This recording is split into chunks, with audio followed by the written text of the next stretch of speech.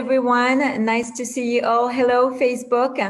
My name is Ingrid Jean-Baptiste. I'm the founder and director of the Chelsea Film Festival here in New York City that will celebrate its 8th annual edition from October 15th to the 19th. And I hope you join us for a fabulous 5 days of international films and a lot of celebrity conversations. And we know you guys love this. But today we're here to talk about this dysfunctional family of superheroes. And you know who I'm talking about. I'm talking about the Umbrella Academy. And we have Emmy Raver-Lampman on the show today. So thank you so much for joining us. Hi. And so if you have any questions, please add them in the chat box in the Zoom room, or if you're on Facebook, don't worry, we see all your questions. So we will make sure we take questions from there too. We will be able to allow you to write down your questions in the chat for the second part of the show. So don't worry if you can't right now, you will be able to do so. I'd like to welcome, without further ado, I'd like to welcome again, Emmy Raver-Lampman. Thank you so much for joining us and allowing us to speak with you today on this Friday, on this special Friday, because it's also September 11th in New York City. So it's a special day here in New York, but we will talk today about your career and your role, your amazing role, your badass role in the Umbrella Academy. You're not just an actress, you're also a singer. You've been in multiple Broadway shows. In Hair, you were also part of the original ensemble cast of Hamilton. You also were the understudy for all 3 lead female roles. And some of Emmy's recent credits include a starring role in the indie feature film called A Typical Wednesday, where she plays opposite Jay Lee, the director, and Seth Green. And you can also see her in Jane, the Virgin TV show on Netflix, where she plays a recurring role opposite Gina Rodriguez. So thank you again. Lovely to see you. She's joining us from Los Angeles. And we have here Emma Bell, who needs no introduction because she's been doing this for 6 months. All fans know her. She is my co-host. She's an actor, director, writer. She's also in Los Angeles. And you've seen her in a lot of different TV series like The Walking Dead. By the way, a lot of people have been asking for The Walking Dead TV series to be on as well. So just so you know, The Walking Dead. I'll see what I can do. Okay. The 5th installment of the Final Destination series. And most recently, you've been creating content, great content like Self-Love in Quarantine, which you can all see on her Facebook page, actually not Facebook, on Instagram page. It's so cute, a short little short film that you can find on her Instagram page. And also she's in a really funny, hilarious film. You should see, it's called The Argument. It just got released last week on iTunes, so order it. And it's so lovely to see you. It's been a while. I know it has. It has been a while. I'm so excited that we get to do this. Yeah. And with such an incredible guest on such an incredible show. We do. We're so happy to have you. Yeah, thank you. So as people are joining in the Zoom room right now, I want to turn it over to you, Emma. Thank you so much. Thank you, Ingrid. And yeah, Emmy, we are just so excited to have you on. I gotta say, it was fun for me to, I kind of binged the second season knowing that you were going to be our guest, which was great because I'd seen the first season and I really liked it. And then, you know, in life and all these things, there's so many options on TV, and I was excited to get to watch the second season. It was very cool. I loved the whole premise and the time travel and all of that jazz. Go ahead. Oh, I just say, yeah, it's a packed season for sure.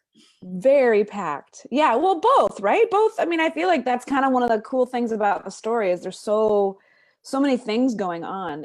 I had to do like a little recap of season 1, and I was just like, whoa, I forgot that all these things had happened.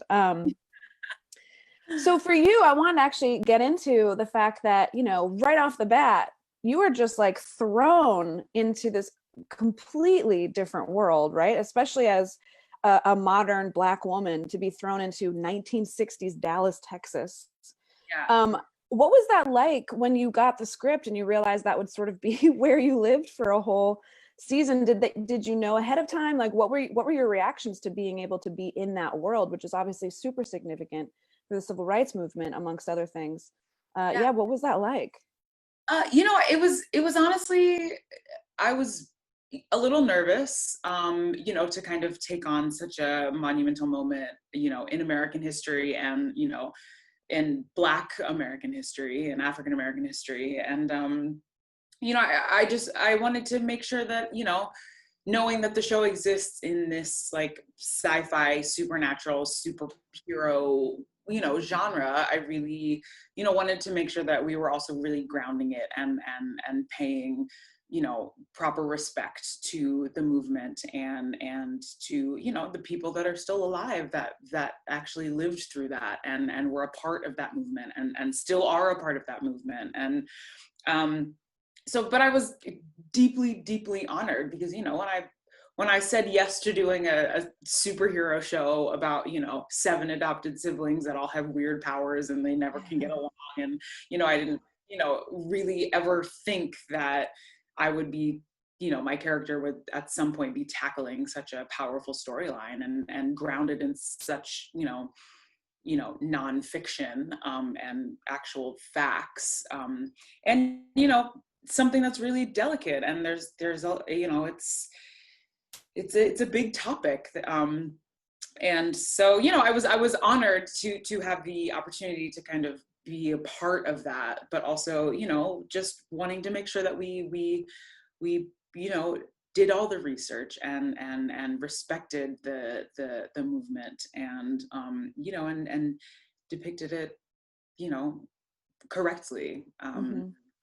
Well, you did. I mean, I thought you guys did a great job of it. I mean, as you said, you're in, the context of a superhero show. So it's not, and it's really more your character's experience, which is one of these very kind of cool elements about this particular season is for a couple of the characters, the Klaus character and Ellen Page's character also being in a world that's not fully accepting of what they are as well.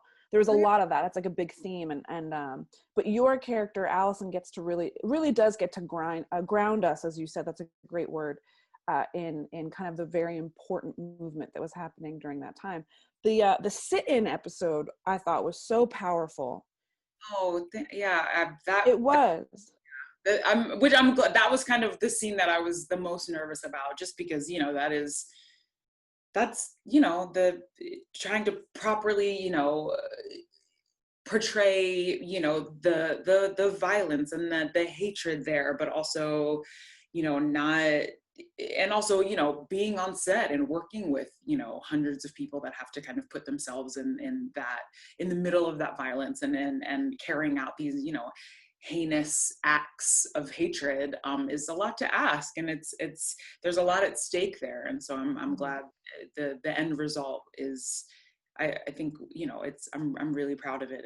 And Stephen Surgic, who directed that episode, was just so wonderful in creating a safe space for everybody to work in and making sure that nobody ever felt offended or hurt or unseen or disrespected. And so yeah, I'm really proud of our show and the group of humans that created that yeah scene. It was really, really powerful. And part of the reason why too is not just because of the subject matter in regards to the 1960s, but the fact that it was upsettingly reminiscent of some current situations. And I watching it was uncomfortable, but in a great way, because you realize, even though that was 60 years ago, here we are, kind of struggling with the same issues. And it's always, I'm always so, blown away by those kinds of portrayals. And yeah, you guys did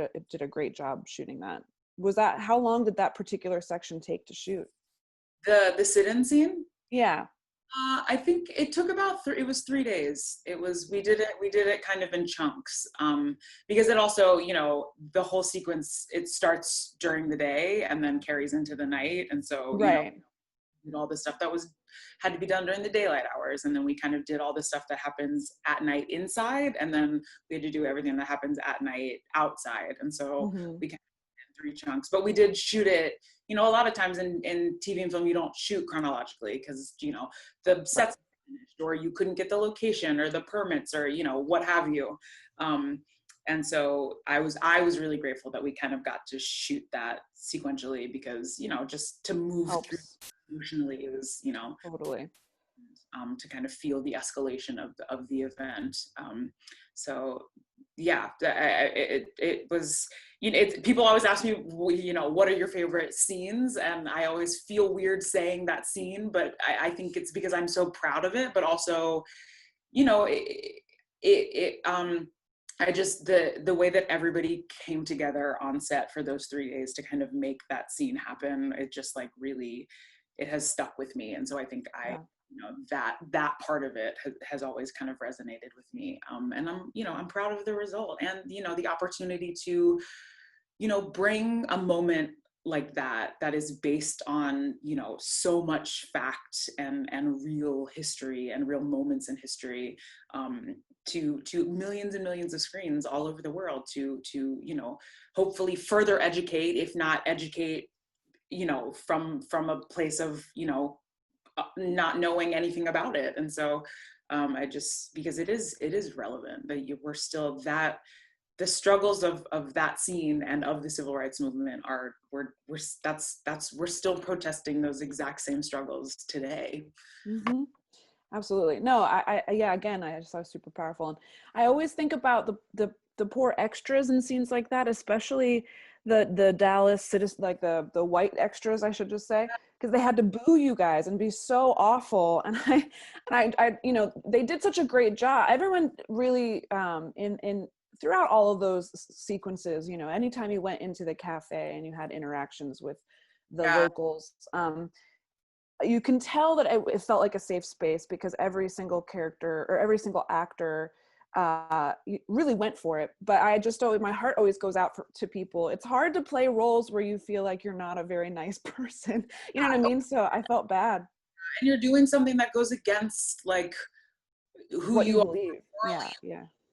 And that's what, I give that all to Stephen, our director, for that episode. He just really, I think he knew that and just never wanted anybody, it wasn't, of course he would come up to me between takes and make sure that I was okay and all the actors were okay, but he was also going up to all the background actors and all the stunt people and men and women and just making sure that everyone was okay and didn't feel like they were being pushed past a limit of their like morality, which I just right.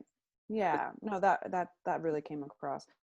And speaking of morality, your character kind of grapples with that a little bit with her power this season. And that's actually kind of a turning point, that episode. So, what do you think? She ultimately ends up using her power in a moment where I personally would have absolutely used my power to save my husband. What do you think about that? I mean, do you, if you had powers, would you be using them in these kinds of ways, or do you get why she kind of wanted to do things more naturally? Yeah, I mean, I think that the thing about Allison's power is that it's a little unpredictable and the longevity of it is unknown. And so I think, going into a second season, there was a lot of conversation about whether or not she was going to use her power because, it would be so easy for her to just rumor away the struggles of the civil rights movement and to rumor away, the racism and the violence and the hate but I think because they are back in time, I think the butterfly effect of that is you can't ignore that. And also the fact that like Allison has a biracial child somewhere in the future. And so like what she's doing now could like, especially for the movement of like Black and brown bodies and marginalized people, like that could affect her daughter in some way. And that's unpredictable and she doesn't know what that is. And I also think Allison in the past has used her powers for really selfish reasons, you know, to be, you know, their dad's favorite, to get what she wants, to potentially get her fame and her husband and this fancy life and the, you know, the fame and the glory and the accolades and, you know, whatever came with her fancy life and career that, you know, she had before we really met her in the show. And, you know, I think she hasn't ever taken the time to respect her power and like actually learn how to use it, you know, in unselfish ways. And so I think, you know, being thrown into the 60s and kind of having to live without a voice and without her power, I think kind of forced her to reevaluate herself and her decisions and how she uses her power. And I think my favorite part of this season for Allison is like she's finding a different definition of power for herself and especially with her voice. And I think that that's, you know, really cool. But, you know, obviously if someone that she loves is in immediate danger, I think that is obviously she's going to do that. But I think I just really loved that she didn't, because the civil rights movement and, you know, and the ending of systemic racism and, you know, hatred and violence, there is no quick fix for that. That is something that comes, and we are still working on that. There is still so much work to be done. And so I think, you know, using her powers as a quick fix for something as like massive as that and as like generational as that and as, you know, deeply rooted and seated as that is, I think sure, maybe the immediate would be different, but I don't think the longevity of that would be healthy or good. And so, yeah. No, but it definitely makes you question, because yeah, you're right. I mean, using it to become famous or, you know, have lots of money is one thing. Yeah. But if you thought to yourself like, oh, I could stop world hunger if I just used this power, you know, or whatever, you know, like one of these like bigger altruistic things. But you're right, you know, time, there's so many shows right now about timelines and how do you affect time and can you really affect time. And I think it's a very interesting conversation we're having in our society right now. You know, and so time is a loop. Essentially what all these shows are saying is that like they believe time is a loop, and so if you mess it here, or if you change something here, you're going to change the whole thing, you know. So, and you just don't know. It is too much of a risk. So I get that, but I would be very tempted myself. Yeah. I'd be very tempted. Very tempted. So obviously being in this kind of a genre, you get to do all these kind of cool action sequences, and especially with using your power and when all the siblings get together and you fight and stuff like that. Do you enjoy doing those kinds of things? I know that it can be like the physical nature of it can be awesome, but there's also like green screens, which can be a little bit difficult to work with. Like, how are you on, you're very fit, so I feel like you must have some kind of cool training regime or you are. That's one of the things I love about the show is that like you're you know, you're a very like fit person, and I like to see that. So what's your training like? What's that like doing all the action sequences? Yeah, I love it. For me, those are kind of the days on set that I'm the most nervous, I think. Just because it's so new to me still, you know, doing stunts at that level. But I think because I have a background in theater and I, you know, trained and was a, you know, not a dancer, but I've trained and danced like for dancing and dancing on Broadway and in school. And I understand dancing and fight choreography are essentially the same thing. It's like learning a fight is like learning a dance. Like it's a partner. There's a give and take. You have a fight partner, or you know, a choreographer or a dance partner, and it's very similar. Of like when I go here, you do the opposite, and when I go here, you take a step back. And so it's kind of like learning a dance. So I think that clicked for me really quickly. But I think I'm mostly nervous about accidentally hurting someone else. Like I'm mostly nervous about getting so into it that I actually make contact with you know, this stunt woman or this stunt man that I'm playing opposite. I think that's always my biggest fear, that I'm going to get caught up in the moment and just, you know, actually give someone a black eye. I hear that. but I love it. And like green screen, I haven't had to do a ton of green screen on the show. Just like a couple, you know, I had to do a couple like wire things and like flying for the show. But I don't know, I think I love it because you really have to use your imagination in those moments. And Sure. I think that's why I love theater so much. It's you get to play and you get to create this world and you know, I think in TV and film, so much of it is actualized. Like, so, you know, they have built this house. You don't have to pretend like there's a fourth wall where you're looking at something that's not there. In theater, you're like looking out at the audience, but you're supposed to be looking at something else. And so, you know, so much of TV and film is like, you're actually touching these things and they exist and they've built this world around you.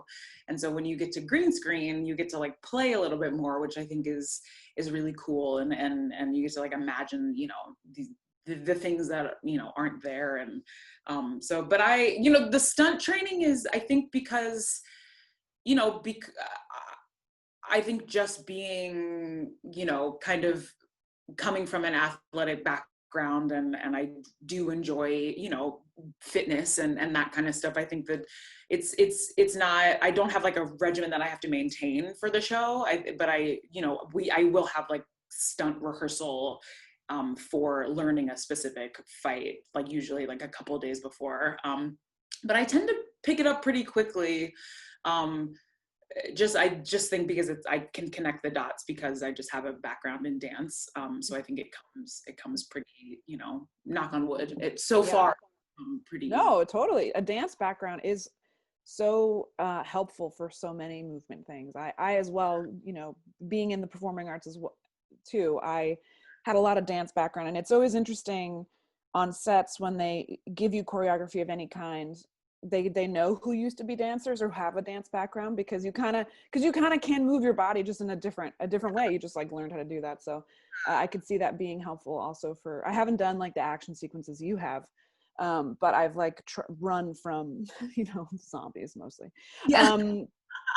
Yeah, no, that's really cool. So have you or anybody else, spill the beans, has from run from zombies, have you ever run from zombies in real life? No, have you ever hurt, like has anyone gotten hurt in those, like unfortunately or like by accident, anyone gotten hurt? I think there is, I don't want to spoil things for people, but I'm assuming everyone for the most part has seen the second season. But there, you know, in episode 10, there's a big me and Tom and Robert are like running like up this hill of snow. And the snow was unexpected. Like it wasn't supposed to snow. And so they had to write snow into the show, which was like, gosh. Yeah, it was like 70 degrees. And then 2 days later, a snowstorm hit and everyone was like, oh no, the entire episode is shot outside and the entire location is covered in snow. So they had to write snow into the episode. So no one was prepared for that. And it felt like a nightmare, but then it ended up kind of being really, really fun. And I think we just made the best of it. And I think it actually makes the episode even better and cooler. But we were supposed to be running up this like hill that was covered in grass and then it was covered in snow. But, you know, we didn't have like the proper shoes yet because no one was prepared for snow. Like the stores hadn't even started stocking winter clothes yet. Like that was like, we need snow boots, but we can't find them. Like nobody has snow boots yet. And so, yeah, there was this one scene where we're running up this hill and Tom had just like his regular shoes on that he wears in the show, which are these like, you know, leathery dress boots that have zero traction. And we just kept, you know, the camera was on this giant crane on, you know, like a truck, and it was like following us up this hill. And we just had to keep doing it over and over and over and over again. And I think he pulled his hamstring. Because he just he kept like his feet kept slipping out from behind, like underneath him because he didn't have any traction because we weren't wearing, you know, proper shoes. I at least wasn't wearing my, you know, 5-inch stiletto boots. They at least gave me like black, you know, boots that I could wear. But yeah, that was a really tricky moment. But we don't really have any like klutzy, accident prone people on the show. There haven't been any like big snafus. I mean, I like wiped out once because I was wearing my 4-inch heels trying to take off running. So that happened before we were supposed to run up a snowy hill. So they're like, maybe we should get Emmy some different shoes. Thank gosh that happened, right? Because could you imagine trying to run it? So did you guys shoot in Dallas? Where were you shooting? Where it would go from 70 to snow? Where? In Toronto. Oh, in Toronto. Toronto. Yeah. Okay, well then now the snow makes more sense. The potential snow. Yeah.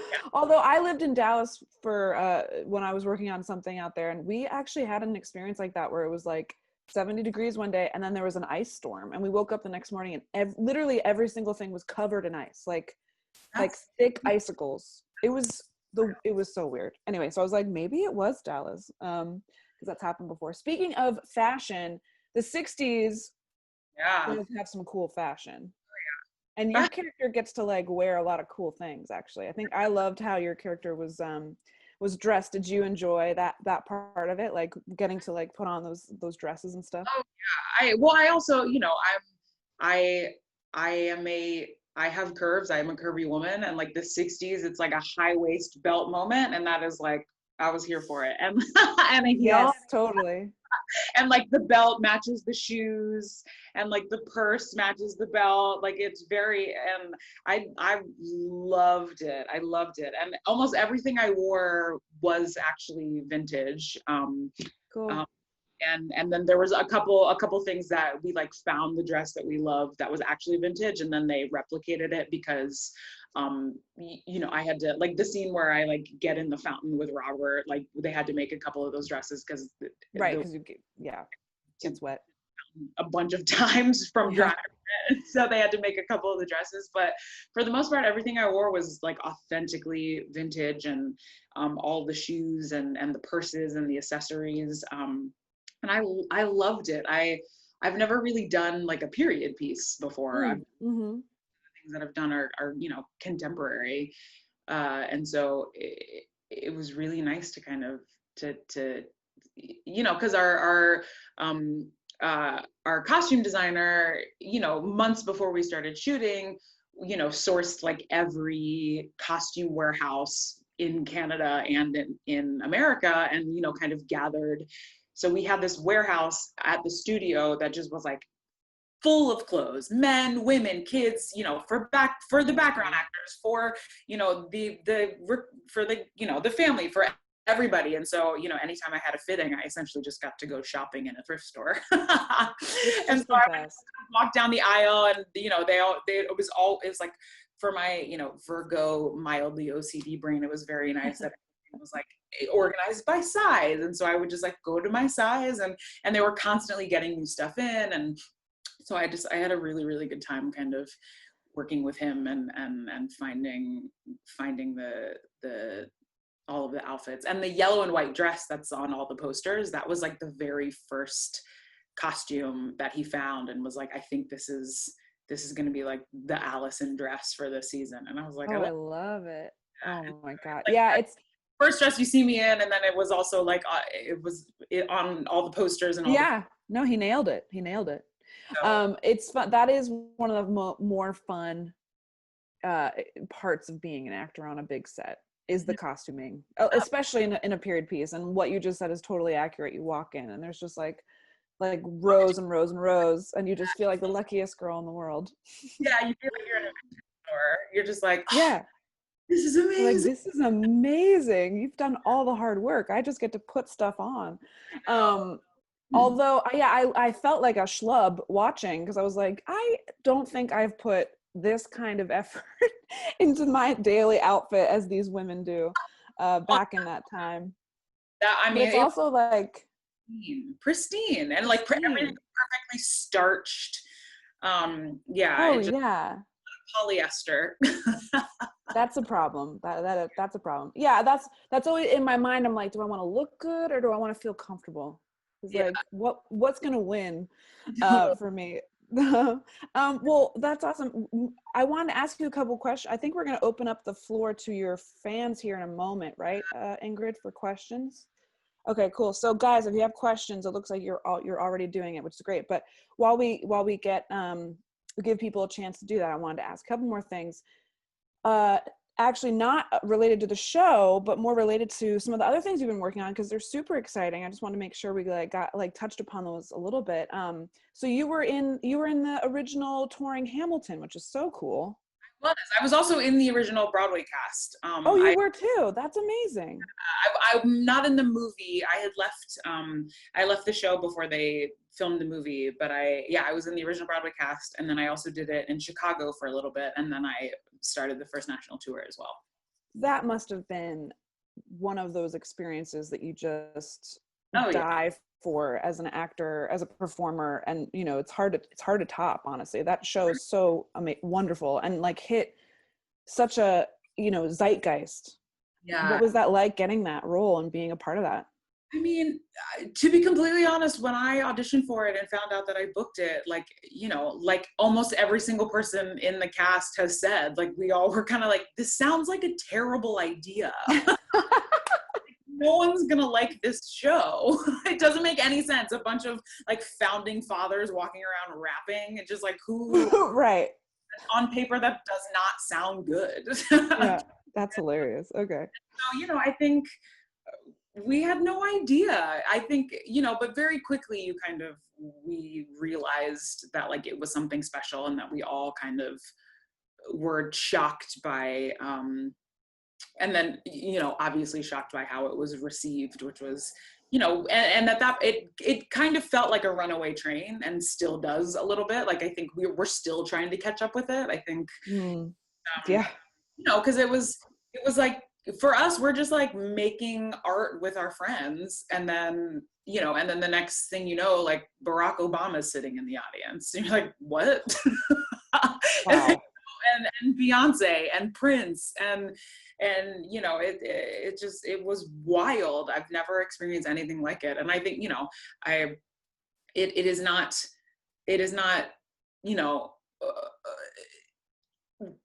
I haven't gone back to theater since, and it filled me in a way that I've never heard of anything like that, and I just mean, separate of all the accolades and the celebrity meet and greets and all of that, just like what that musical is, and what Lynn wrote and Tommy directed and Andy choreographed, and the music that Alex orchestrated, and just that cast of humans. I think, if anything, I'm just so grateful for the people that it brought into my life, and some of my best friends, and that's just something, it was lightning in a bottle, and I think we didn't even realize that we were standing inside the bottle. Do you know what I mean? Yeah. We couldn't see through it because we were so in it. And for us, it was just like, it was our job. We were doing 8 shows a week, doing this thing that required a lot of us. And, but we loved it and believed in it. And then it just kind of, it caught the ember turned into a flame. And then it just is like this fire that hasn't, been able to be put out. And it's so amazing. And now that it's on, Disney Plus for millions and millions of people to watch it all over the world is also just so amazing, because, not everyone can afford a flight to New York and a Broadway ticket and dinner and a hotel. And you know what I mean? It's like, so it's just amazing that now, people all over the world can witness it for the price of whatever Disney. Whatever Disney Plus is. Yeah. Well, yeah, because also the tickets were pretty steep. I remember because I live here, but I'm from New York, and I go to New York all the time. And while Hamilton was really in its first run, I was dying to see it, but then I saw the ticket prices, and I was like, oh, interesting. I'm gonna have to wait on that. But people would buy the tickets online, and then, like, for the actual price that they were, which is $180, $250, and then sell them online for $800. Yeah, something like that. I mean, but for good reason. It's an incredible show, and I'm just so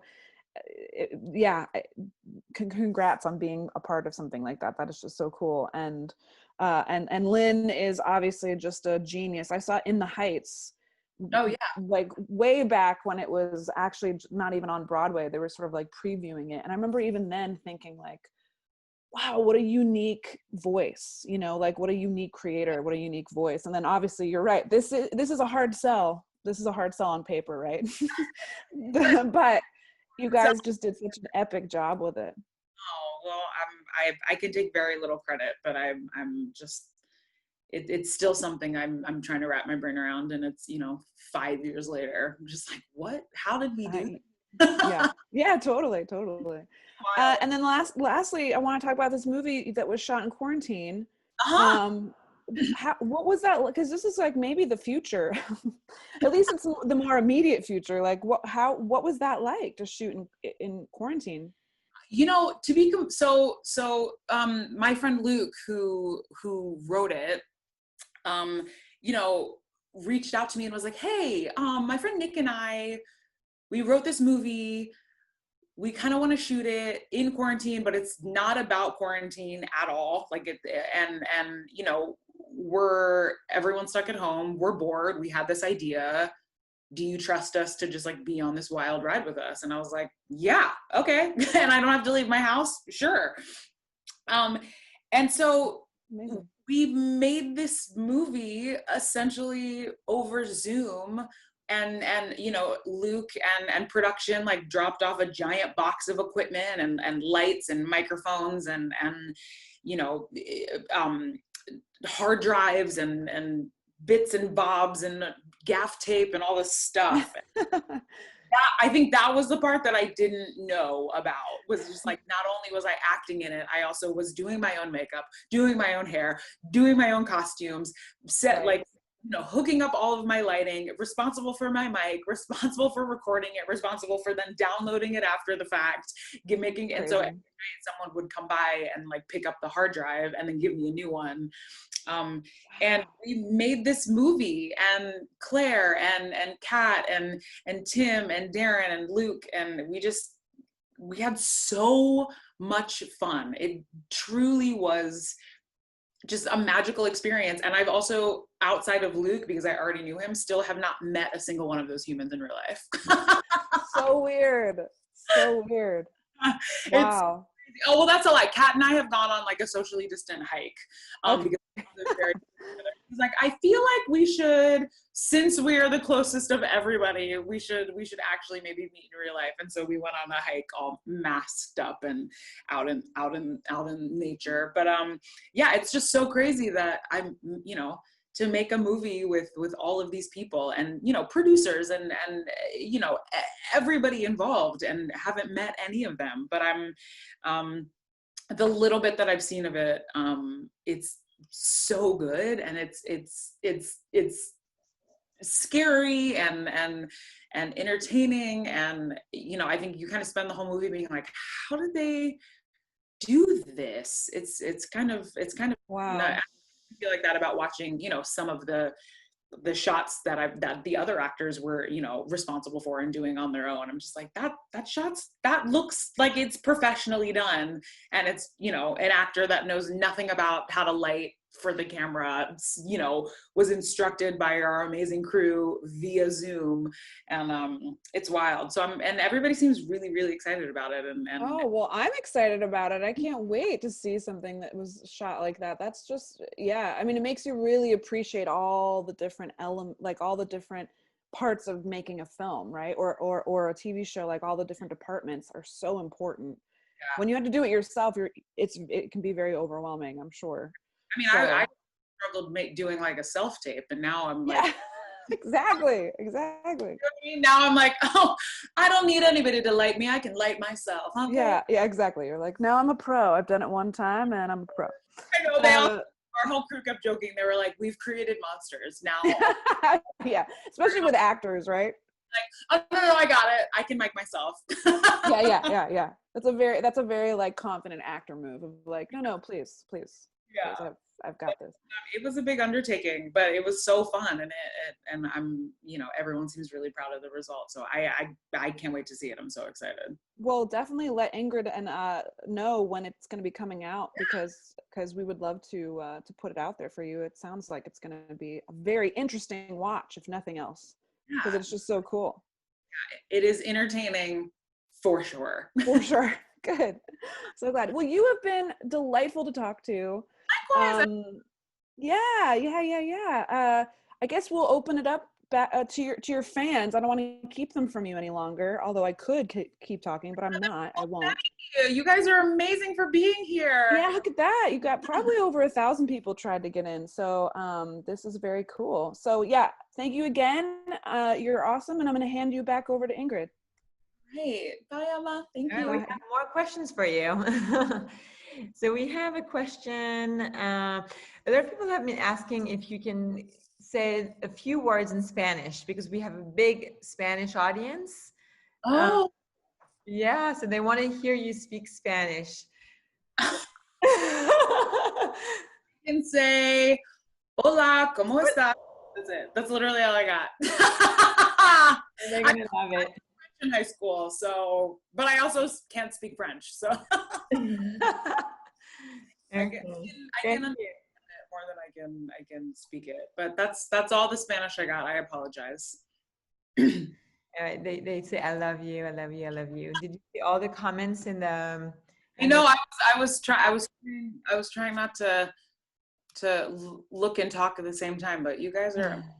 But they want to ask, they want to know, what was the most difficult thing to learn or to do about your character? I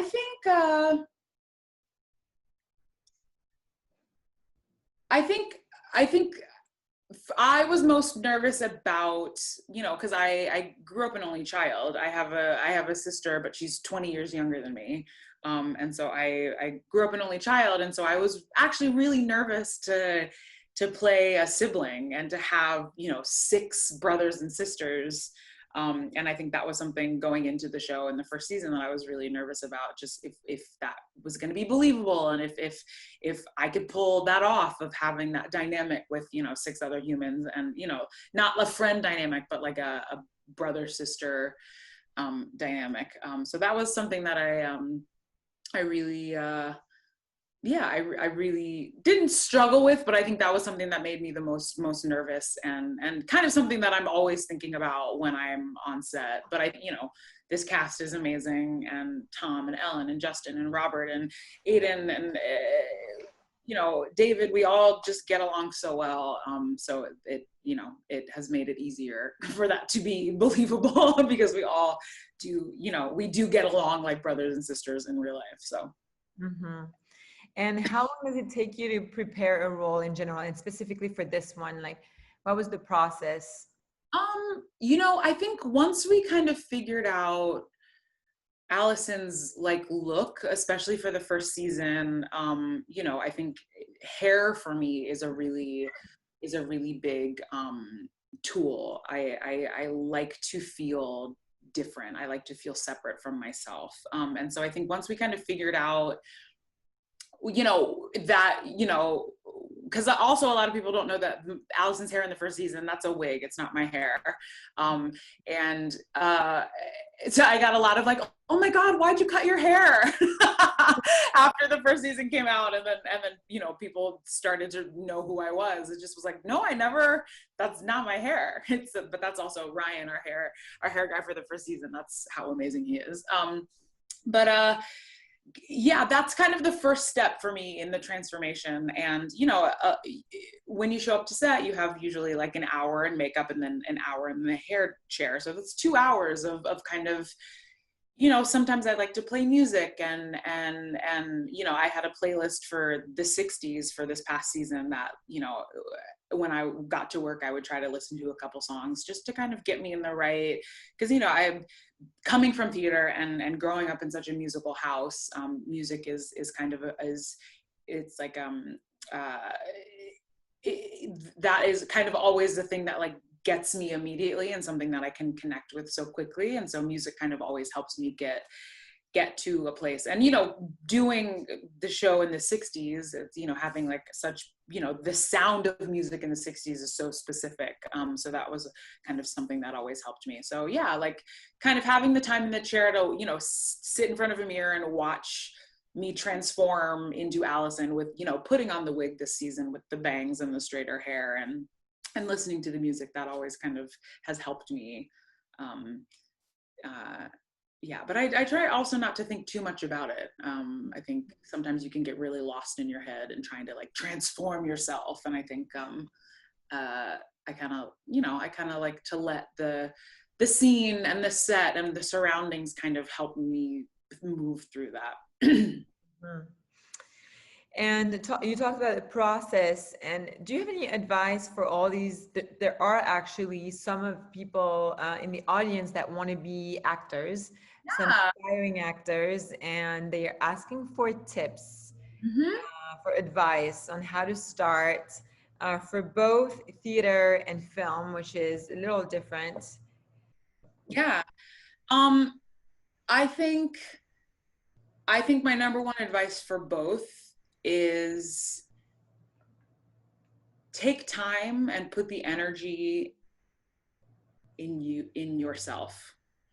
I think, and that is something that, you know, put stock in yourself and try to figure out who you are as an artist and what you want to make and what's important to you, as opposed to trying to mimic or follow or you know, recreate something that someone else has done. Because, you know, I think at the end of the day, we want to get to know the person, and we want to see what it is that they bring to these characters, because at the end of the day, you will never 100% be that character. It is just actually impossible. You're not that person, especially if you're, you know, taking on an actual, you know, Jackie Robinson, or you know, you're actually trying to portray a real life human. I think it is, you know, finding the similarities and then letting that evolve into your version of that character or that, you know, non-fictional person. And I think I spent a lot of time trying to like bend and twist and contort myself into roles, as opposed to doing my version of the role. Because I think at the end of the day, you can't convince someone that, you know, you're perfect for this role, because they're looking for something, and it's either going to be you or it's not, and that has nothing to do with you. That is just what they envision this role to be. And I think I spent a lot of time thinking that I could be responsible for them making that decision, but you can't, and that's a lot of wasted energy. So I think if you put stock in yourself and kind of hone in on, you know, what you love about yourself and what excites you about theater or TV or film or the role, or what similarities you have with the character or the role or the piece. I think start there, and you know, don't follow other people's career because you want your own career. And I think I'm way more interested in seeing an individual than a copycat. You mentioned similarities, and that's actually comes to a question we've been seeing on Facebook. They're asking, what are the similarities with you? So Allison and you, Emmy, what are the things that are just the same? Yeah, you know, I think I kind of always start with, when I'm reading a script or reading, you know, sides for I think the easiest way in is to find a few things that we have in common, and then work on what the differences are. And so I think with Allison, I think I was immediately drawn to her loyalty. And she has this like nurturing spirit, I think, you know, because she is a mother, but I also think she does sometimes subconsciously try to take care of everybody, and kind of does want the family to be on good terms and to all be on the same page. And, you know, I think she's extremely loyal. And so I do, you know, I think those were the similarities that I immediately kind of latched onto. And, you know, she's got a little bit of sass, and I have my sassy moment. which I also, that was kind of like, if we're like looking at it as like circles, it's like, I think the loyalty and the nurturing was like the initial circle. And then like the sass was like a circle outside of that. And then getting further and further away from myself. But, I think, I'm still learning about Allison. This past season, I learned so much about her, but I also think she was, in the show, she's also learning about herself, which I think is really cool. And I think there's so much to her that we haven't seen yet, which I think is really exciting. But yeah, I definitely think the loyalty and the like nurturing tendencies that she has are something that I immediately could connect with. Yeah. Okay, another one is, if you could change a character, what would it be? If I could change a character? Yeah, if you could change actually you talked about all the similarities. Now, is there anything that you don't like about her that if you could change it in the script, or what would it be? I think I think I kind of love Allison's flaws. I think those as an actor are really fun to play. I think when she does make a wrong choice or a wrong decision or makes a mistake, I think like those are really exciting as an actor. So I don't know that I would change anything, because I think I really enjoy the rub that she has with I think she's redefining herself, and she's like trying to figure out who she is without her powers and without the fame and without the handsome husband and the seemingly perfect life with the daughter and the mansion and all of those things. So I don't know that I would change anything. I like I try to with myself, I accept her for her flaws. And I think they make her who she is. So I don't know if I would change anything, because I think I think it's the whole picture is flaws and all is I think what makes her so compelling and so interesting. What did you like the most about working with Aiden and the other actors? I mean, some of my favorite days on set are when we're all there, and because we all, we interact like that. We all, make fun of each other and laugh at each other and make jokes, and we sing a ton of really ridiculous songs, and we'll just and we laugh and have sometimes really, really deep conversations. And I think that I'm just so grateful that this cast as a whole, we all get along so well. And I think that it's really lucky that is the case. And they're so great. And I've walked away with some really amazing friendships. I think like I talk to Ellen almost every day, and I talk to Justin all the time, and Tom, and and I think David is just like the sweetest, and Robert is so ridiculous and funny and constantly making all of us laugh, and so is Aiden. Aiden's dad jokes are so dumb and they're so good at the same time. And also Aiden is the oldest one of all of us. He might be 16, but he's actually 50. Yeah, we're all goofing around and being very unprofessional at work, and Aiden is very professional and always in it. Is there a certain direction you hope your character goes in for next season? Is there what? Is there a certain direction? I mean, fingers crossed for a season 3. I think there's so, the cliffhanger of season 2 is so good and leaves it open for so many questions. And so, a season 3 would be so fun. So I really hope that happens for myself, but also for all of you guys. But I think, if we're thinking about Allison in this past season, she, has survived civil rights movement. She has, it is kind of a miracle that she was even, you know, alive to be found by her siblings at that point, you know, being a woman of color and being in the 60s and, you know, not having any friends or family and, you know, kind of being dropped into this world where she's in immediate danger. Her life is in danger because of the color of her skin. And so I think she spent the last 2 years kind of in this like fight or flight mode of building a community around her and protecting herself and not having her powers and seeing, you know, the sit-in scene is probably the least of the violence that she would have witnessed. You know what I mean? I think there's a lot of grotesque violence and hatred that is circling the civil rights movement, and I think and circling systemic racism today. And so I think I would be interested to see her kind of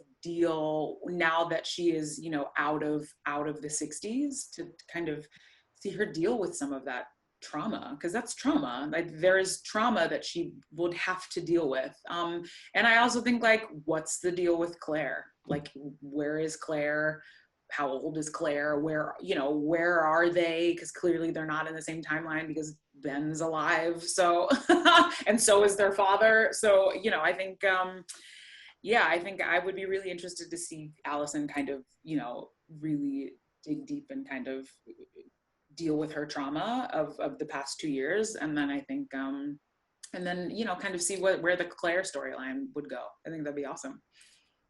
There's so many questions and we're almost out of time. So I'm going to pick one interesting question and funny one, which says, if you could teleport, where would you go?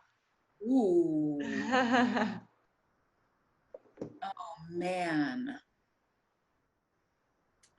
If I could teleport, I think there's two. I would love to teleport and go back to the March on Washington. I think to like be in DC on the Mall in the middle of that moment. I think that would be unbelievable. And then I also think I would love to teleport and go back and be on set during the filming of Purple Rain. That's really cool. To like watch Prince in his element making this ridiculous movie that's one of my favorite movies. I just did a podcast the other day about it's called My Movies That Changed My Life, and like Purple Rain is one of them because I was obsessed with that album. And then, you know, it was like people were obsessed with Lemonade, and then and then there's actually like a music video movie that comes along with it. So there's something about like loving up music and then having it like, you know, materialize in like, you know, a physical form. And so I don't know, I've always been obsessed with that movie. And so I think it'd be really cool to just like be like a fly on the wall and watch them make Purple Rain the movie. Oh, that's nice. That's nice. Well, thank you so much for coming today. It was so much fun. Thank you, Emma, also for making the conversation super interesting for us all.